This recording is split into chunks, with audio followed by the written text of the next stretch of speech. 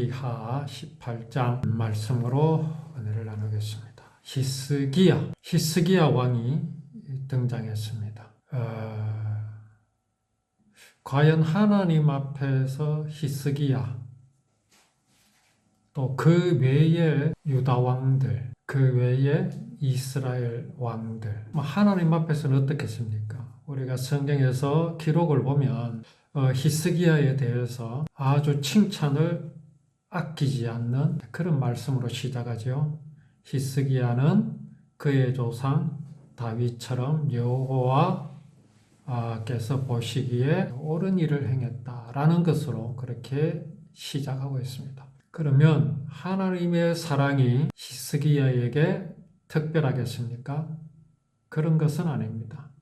히스기야가 중요한 이유는 뭐냐 하면 꺼져가는 그 율법 하나님의 말씀이 히스기야를 통해서 유대 땅에 다시 한번 깊이 기억이 되고 새겨지는 이제 그런 시간이 히스기야가 유다를 통치하는 기간 동안 이어진다라는 좀 특별한 그런 시간이다. 이건 참 중요한 것이죠. 예수님께서 이런 말씀하셨죠. 너희 의가 서기관과 바리새인 같지 않으면 결단코 천국에 갈 수 없다. 이 말씀을 두고 아주 헷갈려 하는 사람들이 참 많습니다. 오늘날 교회가 더욱 그렇습니다.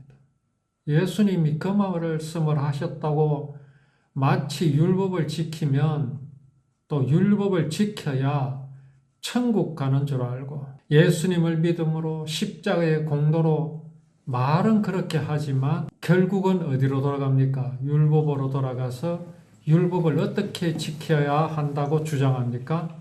착하고 바르게 살아야 한다. 이것이 북쪽 이스라엘에서 일어나는 현상이고 또 유다에서도 그랬습니다.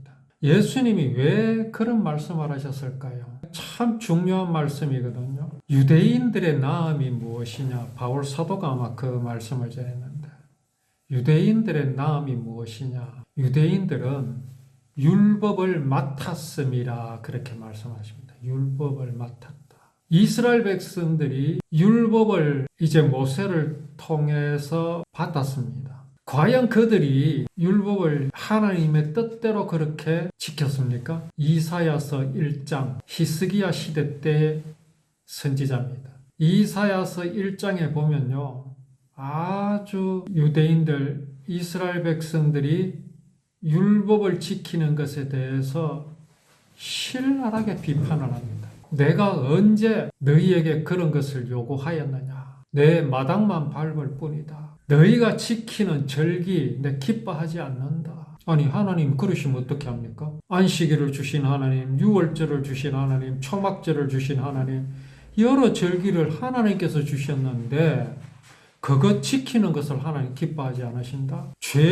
나의 죄를 대신하여서 희생제물, 양이나 소를 드리게 하신 분이 하나님이십니다. 그런데 하나님은 그것 기뻐하지 않는다. 너희들이 마당만 밟을 뿐이다.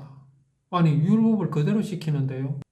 도대체 어떻게 하라는 말씀입니까? 이거 헷갈리십니까? 율법의 정확한 의미를 모르고 율법을 주신 하나님의 뜻을 모르게 되면요. 그렇게 됩니다. 율법이 어떤 것이고 하나님께서 주신 그 하나님의 마음이 뜻이 어떤 것이걸 안다면 예수님께서 너희 의가 서기관과 바리새인 같지 않으면 결단코 천국에 들어갈 수 없다 하신 말씀을 이해할 수 있습니다. 율법이 그냥 법이고 착하고 바르게 살게 하기 위해서 주셨다면 예수님 그런 말씀 안 하셨습니다. 그러나 서기관과 바리새인들은 그렇게 지켰습니다. 착하고 바르게 살게 하기 위해서 주신 것이라고 그렇게 믿고 그렇게 지켰습니다.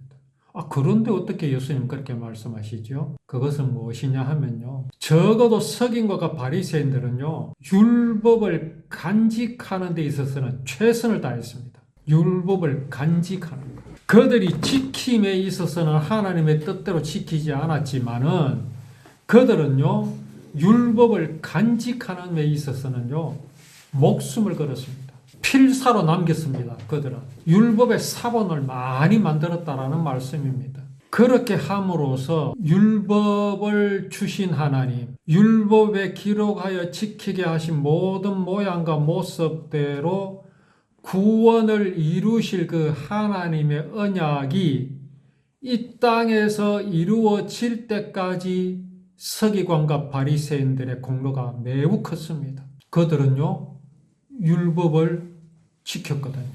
여기서 지켰다라는 것은요, 사수했다, 간직했다 이 말씀입니다. 만약에 서기관과 바리새인들이 그렇게 하지 않았다면요, 율법은 벌써 사라지고 없었을 겁니다. 자, 예수님이 오셨습니다. 예수님이 구원자이심을 무엇으로 증명할 겁니까? 세례 요한의 말 한마디로 예수님은 구원자라고 말할 수 있습니까? 하나님의 어린 양이라고 증명할 수 있습니까? 아닙니다. 세례 요한의 말 때문에 예수님이 세상 죄를 지고 가시는 하나님의 어린 양이 된 게 아닙니다. 세례 요한은 그때까지 잘 간직되어 있는 율법을 근거로 해서 예수님을 가리켜 하나님의 어린 양이라고 외쳤다 말씀입니다.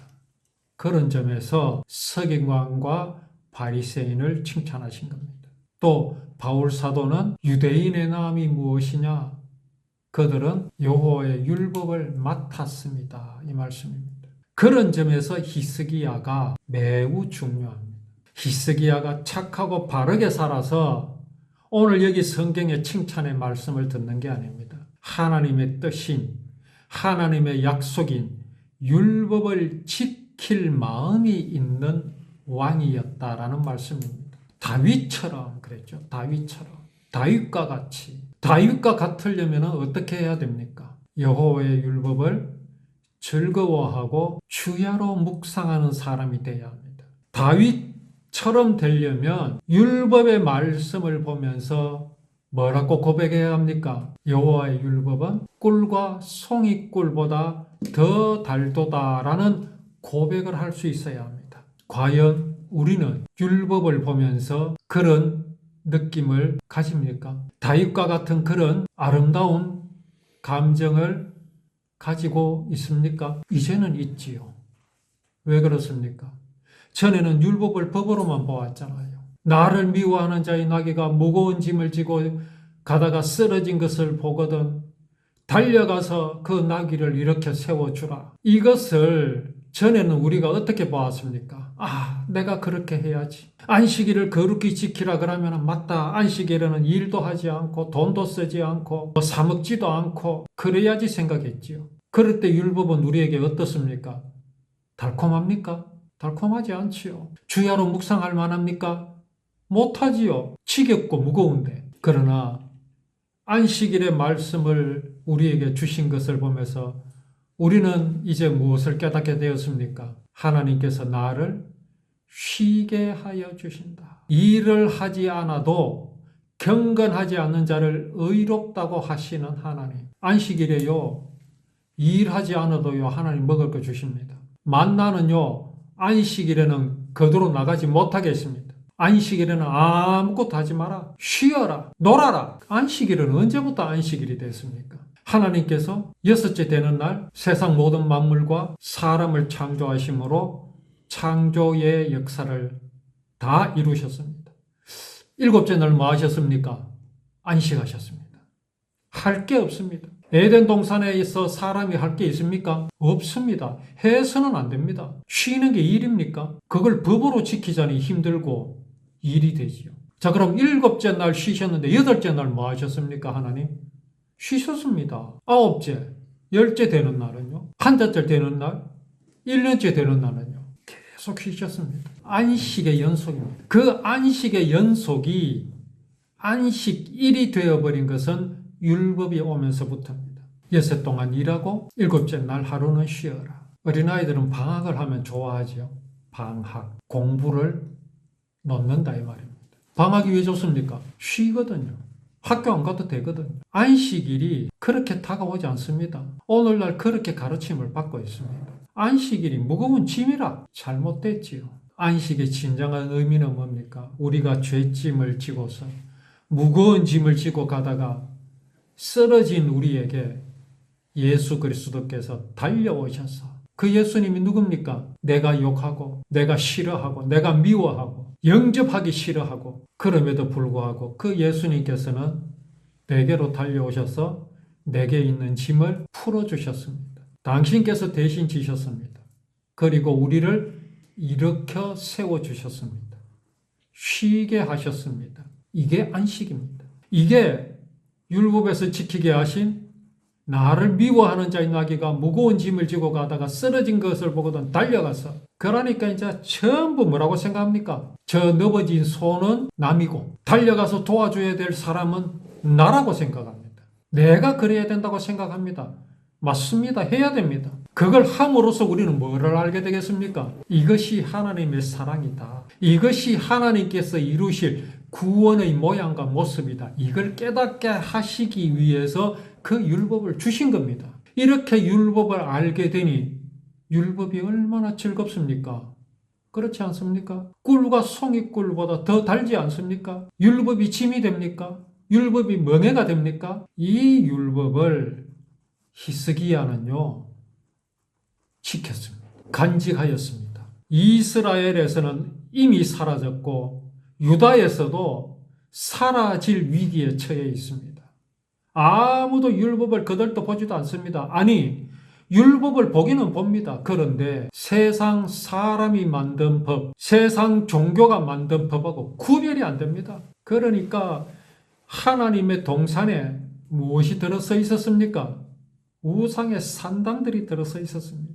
구별 안 됩니다. 한쪽에서는 십계명 외우고 있고 또 한쪽에서는 염불하고 있고, 니하고 내하고 뭐가 다르냐? 하나님도 우리 보고 착하고 바르게 살아라 그러고 너희 신도 착하고 바르게 살아라 그러는데 뭐가 다르냐? 이 판이 되어 있었습니다. 그런데 히스기야가 나타났죠. 아니다. 우리 율법은 그런 거 아니다. 그래서 히스기야가 옳은 일을 하였다라는 것이 바로 그겁니다. 율법은 법이 아니라 하나님께서 이루실 구원의 모양과 모습을 기록하셨고 약속하신 언약이다라는 것을 히스기야는 믿고 그 율법을 간직하는 일에 최선을 다한, 충성을 다했습니다. 모세에게 명령하신 계명을 다 지켰습니다. 다 지켰습니다. 왜요? 내가 그렇게 지키면 구원받는다고요? 아닙니다. 그렇게 함으로써 하나님께서 이루실 구원이 어떠한 것임을 더 깨닫고 더 마음에 간직하고, 이 율법을 하나님의 땅 유대 땅에서 사라지지 않게 하기 위해서 히스기야는 온 힘을 다했던 겁니다. 자, 그런데 이제 히스기야의 어떤 모습이 나타나지요. 이 히스기야 때에 살마네셀이라는 아시리아 왕이 그 북쪽 이스라엘 사마리아를 점령했습니다. 호세아가 이스라엘 왕으로 있은 지 9년째 되는 때였는데, 그게 바로 또 히스기야 때입니다. 또 이 사마리아 왕이 히스기야가 왕으로 있은 지 14년째 되는 해에는 또 유다를 또 공격했습니다. 사네립이라는 왕. 자, 이때 이제 히스기야가 어떻게 하느냐 하면 이렇게 말합니다. 아시리아 왕에게 사신을 보내가지고 내가 잘못했습니다. 내가 잘못했습니다. 왜 잘못했다고 말하냐면은 히스기야가 왕이 되고 나서 아시리아에 조공을 바치던 것을 끊어버렸거든요. 그렇게 되니까 이제 아시리아가 유다를 공격했지요. 그러니까 내가 잘못했습니다. 이곳을 떠나 주십시오. 그러면서 이제 요구하는 대로 다 주겠다고 그렇게 말합니다.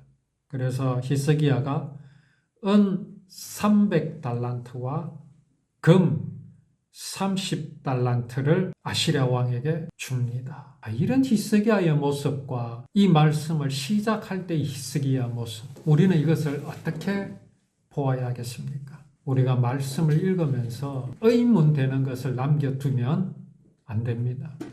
하나님은 분명히 답을 주셨습니다.